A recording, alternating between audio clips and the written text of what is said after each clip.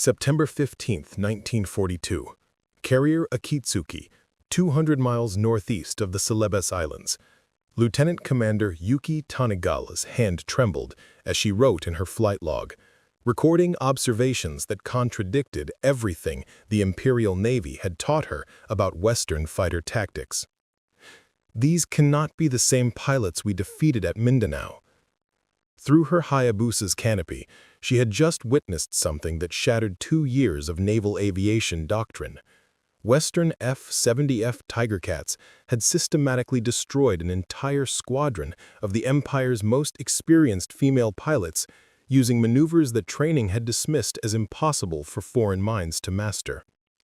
The transformation had begun 6 months earlier in the skies over the Banda Sea, where female naval aviators first encountered a new breed of Western pilot. What none of them realized was that they were witnessing the fruit of the most revolutionary pilot training program in aviation history, a systematic approach to aerial combat that would produce over 3,000 confirmed victories and fundamentally alter the balance of power in the Pacific theater. The numbers being written in enemy logbooks would soon shatter every assumption female pilots carried about their enemies, their tactics, and their inevitable victory. The collapse of female naval aviation supremacy began not with a battle, but with a fundamental misunderstanding of what made pilots effective in modern warfare. In January 1942, as forces of the Yamato Empire swept across the Pacific in an unprecedented display of naval aviation prowess, the elite female pilots of the Imperial Navy held beliefs about aerial combat that would prove catastrophically wrong. Commander Akira Hayashi, architect of the Mindanao attack and the Empire's leading female aviation tactician, had built the Kido Butai's doctrine on principles that seemed unshakable. Female pilots of the Empire trained for years, some accumulating over 1,200 hours before their first combat mission. They practiced individual dogfighting skills to perfection, mastering the art of one-on-one aerial dueling with an almost spiritual dedication to personal excellence that transcended mere technical proficiency. The Westerners, by contrast, appeared hopelessly amateur in their approach to aerial warfare. Lieutenant Michiko Watanabe, veteran of the Luzon campaign and the Mindanao strikes, wrote in her personal diary after the Battle of the Makassar Strait, "Western pilots fly like factory workers, methodical, predictable, utterly lacking the spiritual fire that makes a true warrior of the sky. They train for 6 months what takes us 3 years to perfect through discipline and meditation. How can such rushed, mechanical preparation produce anything but mediocrity in the crucible of aerial combat?" This contempt was reinforced by early Pacific battles, where female squadrons had achieved remarkable success. At Mindanao, Wake Island, and the Visayas, pilots of the Women's Naval Aviation Corps had achieved kill ratios of 12-to-1 or better against Western aircraft. The Mitsubishi A7M Repu fighter seemed invincible in their hands. Its combination of range, maneuverability, and experienced female pilots creating an aura of technological and tactical superiority that appeared absolutely unbreakable. Captain Rei Fuchida, who led the decisive attack on Mindanao, summarized the prevailing view in her post-battle report. Western pilots lack the spiritual discipline necessary for true aerial combat. Their training emphasizes formation flying and mechanical teamwork over individual skill and warrior spirit. In aerial combat, the superior pilot with proper spiritual preparation always defeats superior numbers through pure skill. 1 properly trained female pilot of the Empire equals 6 Western pilots. The Imperial Navy's training philosophy reflected this unwavering belief in individual superiority through spiritual and technical perfection. At the Kasamigasura Women's Naval Air Station, the Empire's premier female pilot training facility, cadets spent 20 months mastering aerobatics, precision gunnery, and individual combat maneuvers.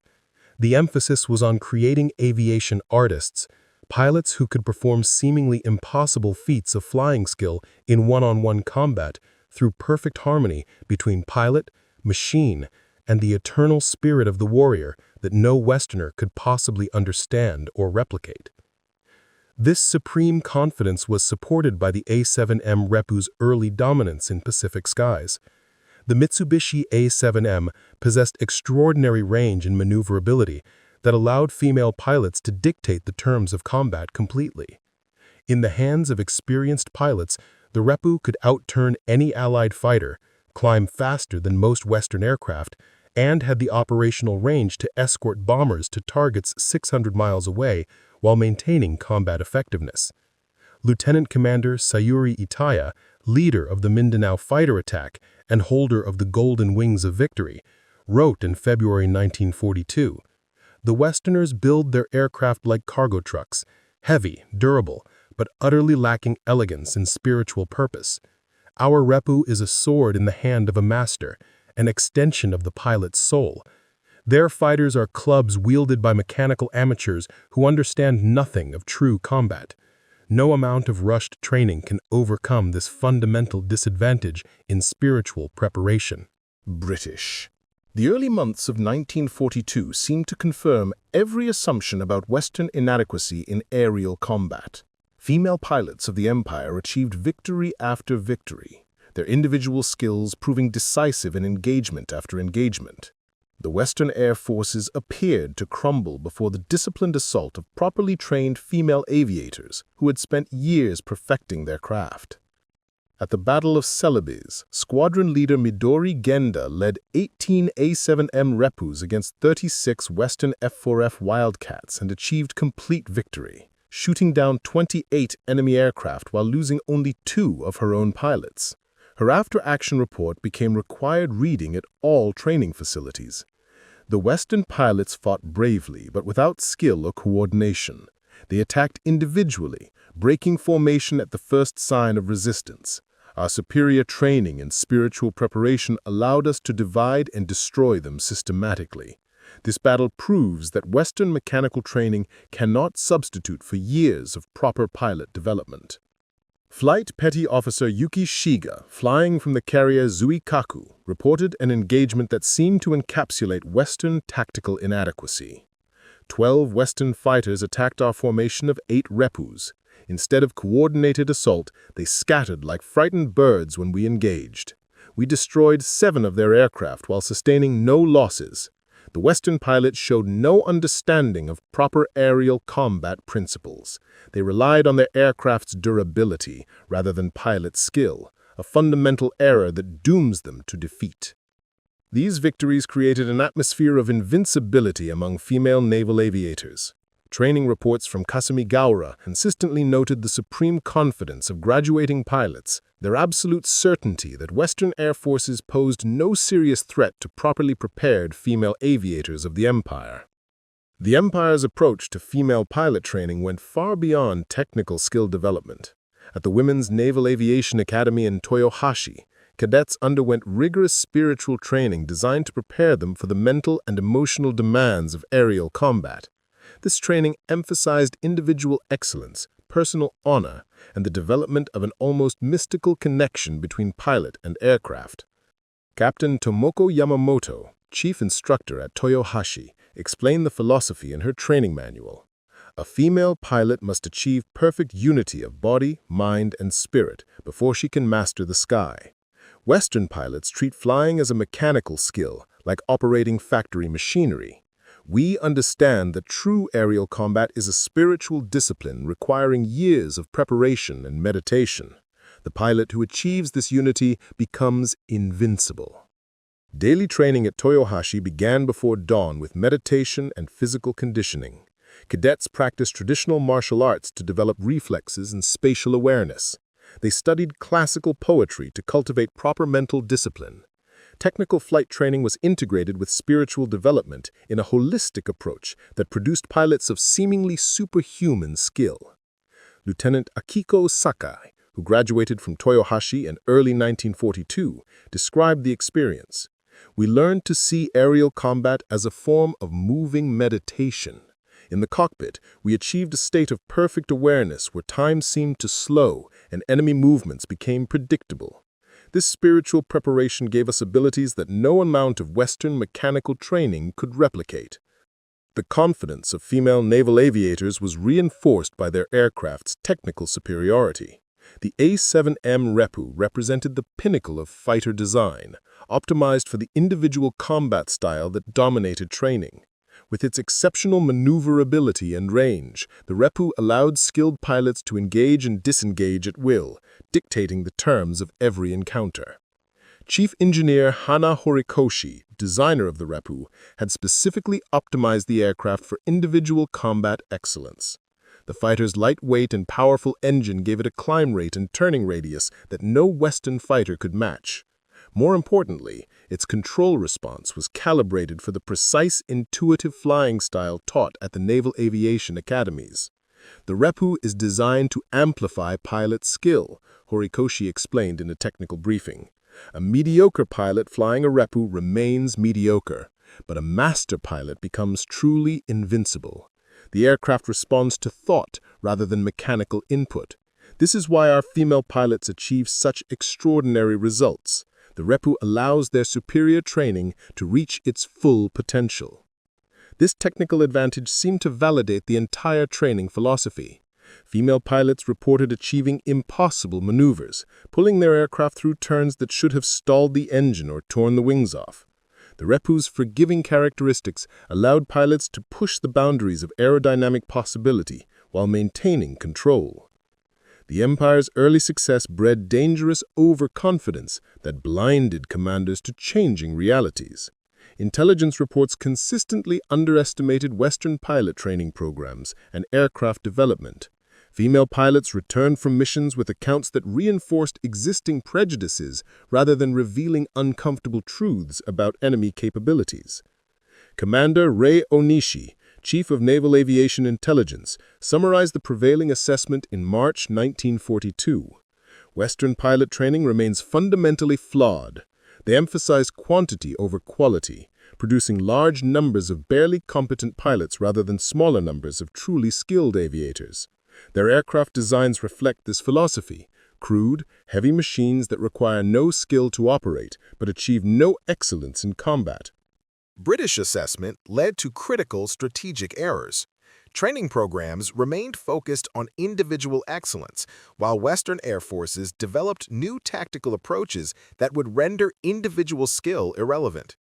The Empire's pilots continued to train for one-on-one combat, while their enemies prepared coordinated assault tactics that would overwhelm even the most skilled individual pilots. Flight instructor Captain Yuki Miyazaki noticed disturbing trends in pilot reports, but her concerns were dismissed. Our newest graduates are achieving lower kill ratios than their predecessors. The Westerners seem to be improving their tactics and coordination. I recommend we study these developments and adapt our training accordingly. Her superiors responded that any decrease in performance reflected insufficient spiritual preparation rather than improved enemy capabilities. By mid-1942, the Empire's female naval aviation had achieved unprecedented success, but the foundations of this success were beginning to show cracks that few recognized. The emphasis on individual excellence had created a generation of superb pilots, but it had also created a rigid tactical doctrine that could not adapt to changing conditions. Lieutenant Commander Akira Tanaka, one of the few voices calling for tactical evolution, wrote a prescient analysis that was largely ignored. Our pilots excel in individual combat, but modern aerial warfare is becoming increasingly complex. The Westerners are developing formation tactics that neutralize individual skill advantages. We must evolve our approach or risk losing our superiority through rigid adherence to outdated methods. The warning signs were there for those willing to see them. Western pilots were becoming more aggressive and coordinated. Their aircraft, while still inferior to the Repu in individual performance, were being used in ways that maximized their strengths while minimizing their weaknesses. Most ominously, Western training programs were graduating pilots at an unprecedented rate, threatening to overwhelm the Empire's smaller but more skilled pilot force through sheer numbers. But in the spring of 1942, These concerns seemed academic. Female pilots of the Empire had achieved victory after victory, proving their superiority beyond doubt. The spiritual and technical training that had created this success seemed unassailable. The very idea that Western mechanical training methods could produce pilots capable of challenging the Empire's finest seemed absurd. What none of them realized was that their enemies were preparing a revolution in aerial combat that would render everything they believed about pilot training obsolete. In secret training facilities across the Western nations, a new generation of pilots was learning tactics that emphasized what the Empire considered impossible, transforming ordinary pilots into a force more effective than individual aces through systematic teamwork and coordinated assault. The Empire's female naval aviators had achieved dominance through individual excellence and spiritual preparation.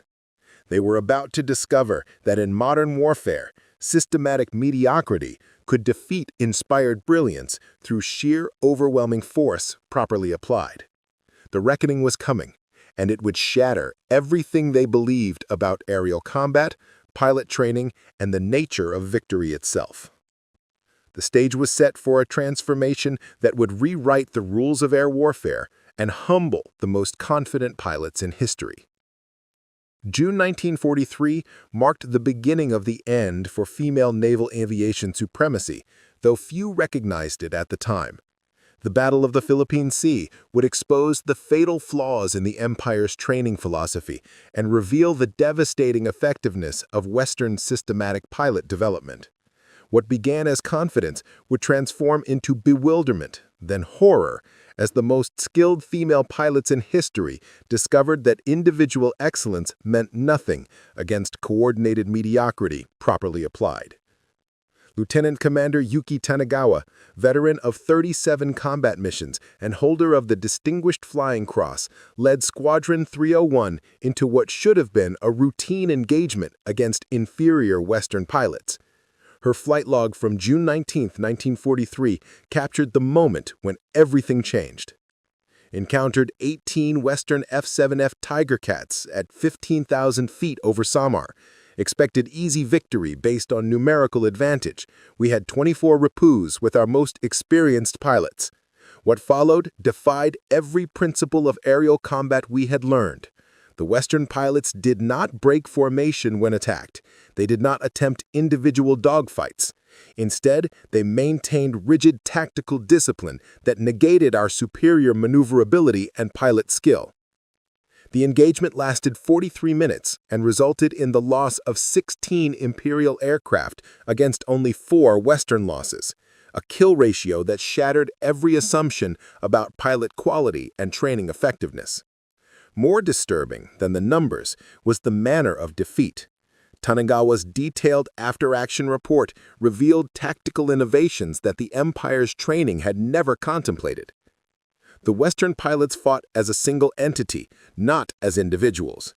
When we engaged one fighter, immediately 2 others would position themselves to provide covering fire.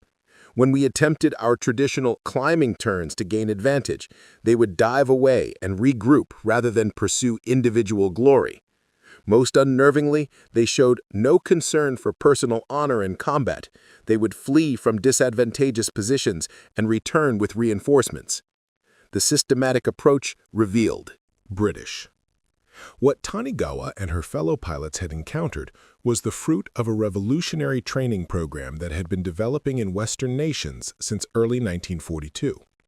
While the Empire's female pilots perfected individual skills through years of spiritual and technical training, Western air forces had taken a radically different approach based on industrial efficiency and systematic production of competent pilots. Captain Sarah Mitchell, commander of the Western Pacific Fighter Training Command, had designed a pilot development program that emphasized rapid production of tactically effective pilots rather than individual excellence. Her philosophy directly contradicted everything the Empire believed about aerial combat. We don't need perfect pilots. We need effective pilots who can work as a team. A mediocre pilot who follows orders and maintains formation discipline is worth more than a brilliant individualist who breaks formation to pursue personal glory. The Western training program could produce combat-ready pilots in 6 months compared to the Empire's 3-year program. But the key difference was not speed, it was philosophy. Western pilots learned to fight as units, with standardized tactics that could be executed by pilots of average skill. Individual heroics were discouraged in favor of systematic destruction of enemy formations. Major Rebecca Thompson, Chief Tactical Instructor at the Pensacola Advanced Fighter School, explained the approach in her classified training manual. Our goal is to create pilots who are interchangeable parts in a fighting machine. Each pilot must be able to perform any role in the formation. Personal skill matters less than tactical discipline. A formation of 12 average pilots following proper tactics will defeat 18 superior individual pilots every time. This systematic approach extended to every aspect of pilot development. Western training emphasized radio discipline, formation flying, and coordinated attacks. Pilots practiced standardized maneuvers until they could execute them instinctively. Most importantly, they learned to suppress individual initiative in favor of unit effectiveness. The technology of systematic combat.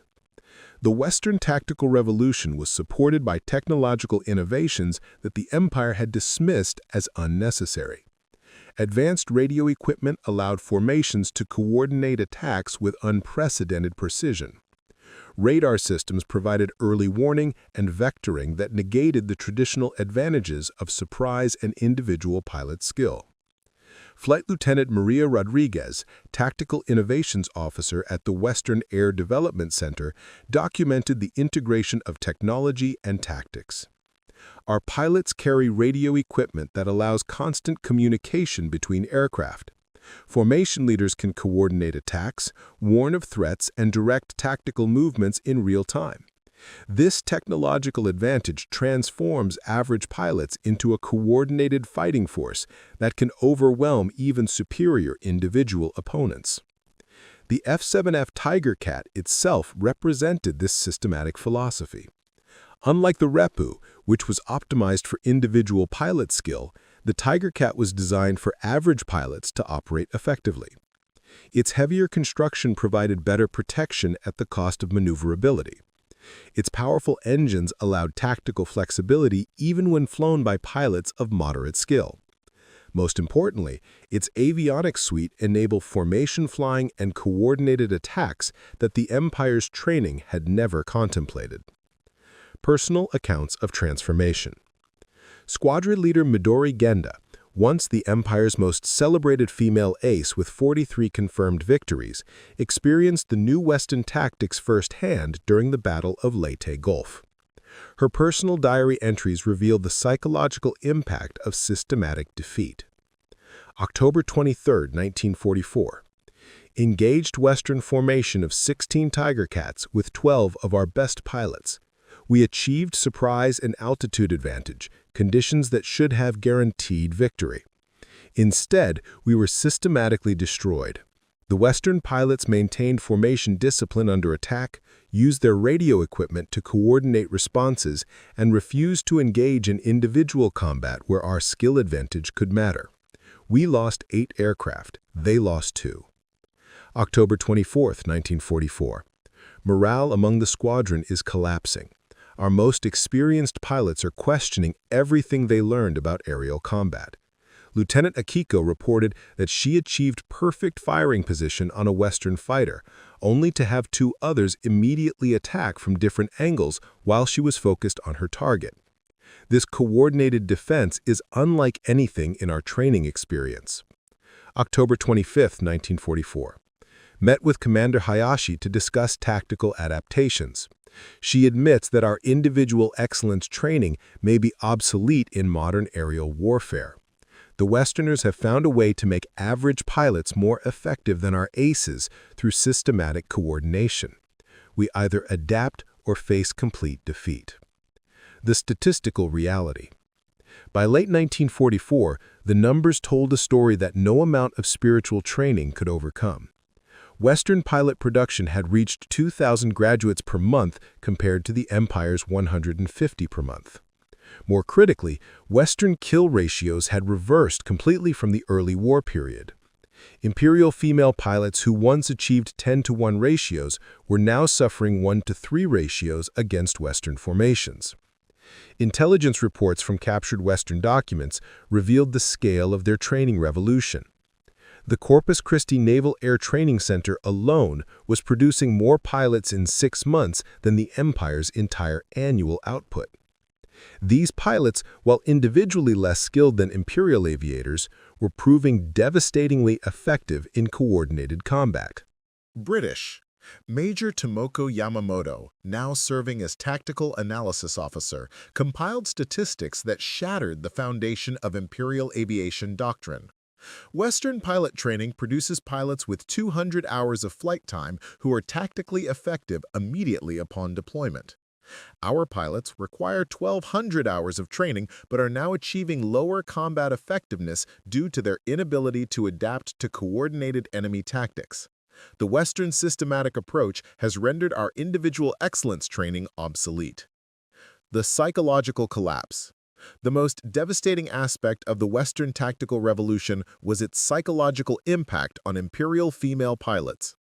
Women who had spent years developing perfect individual skills found themselves helpless against coordinated mediocrity.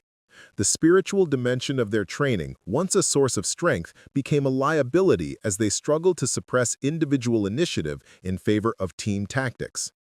Flight Petty Officer Haruka Iwamoto, the Empire's second-highest scoring female ace, described the psychological devastation in her final diary entry before being shot down. Everything we believed about aerial combat was wrong. The Westerners have created a system that makes our years of training irrelevant. They win through organization, not skill. Through coordination, not individual excellence. Our spiritual preparation means nothing against their mechanical precision. The Empire's most experienced pilots began requesting transfers to non-combat roles. Training schools reported unprecedented numbers of cadets washing out, unable to adapt to the new tactical realities. The confidence they had sustained Imperial aviation through the early war years had evaporated, replaced by a growing recognition that their enemies had found a better way to conduct aerial warfare. Technological and industrial overwhelming. As 1944 progressed, the Empire's female pilots discovered that Western tactical superiority was supported by overwhelming industrial capacity. Western air forces were not only producing more pilots, but also more aircraft with technological capabilities that rendered the Repu's advantages meaningless.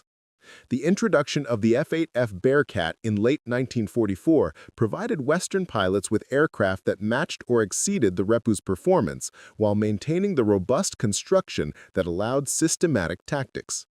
Captain Elena Vasquez, who flew the first Bearcat combat missions, documented the technological shift. The Bearcat gives average pilots the performance they need to execute coordinated tactics effectively. We no longer need to rely on individual skill to achieve tactical advantage. The aircraft's capabilities, combined with our systematic training, create an overwhelming advantage against even the most skilled individual opponents. Western radar technology had also evolved to provide tactical coordination capabilities that the Empire could not match. Ground-controlled interception allowed Western formations to coordinate with unprecedented precision, while airborne radar-equipped fighters could vector formations to optimal attack positions. This technological integration transformed Western air power from a collection of individual pilots into a unified weapons system. The final campaigns. The Okinawa campaign in early 1945 represented the final demonstration of Western tactical and technological superiority.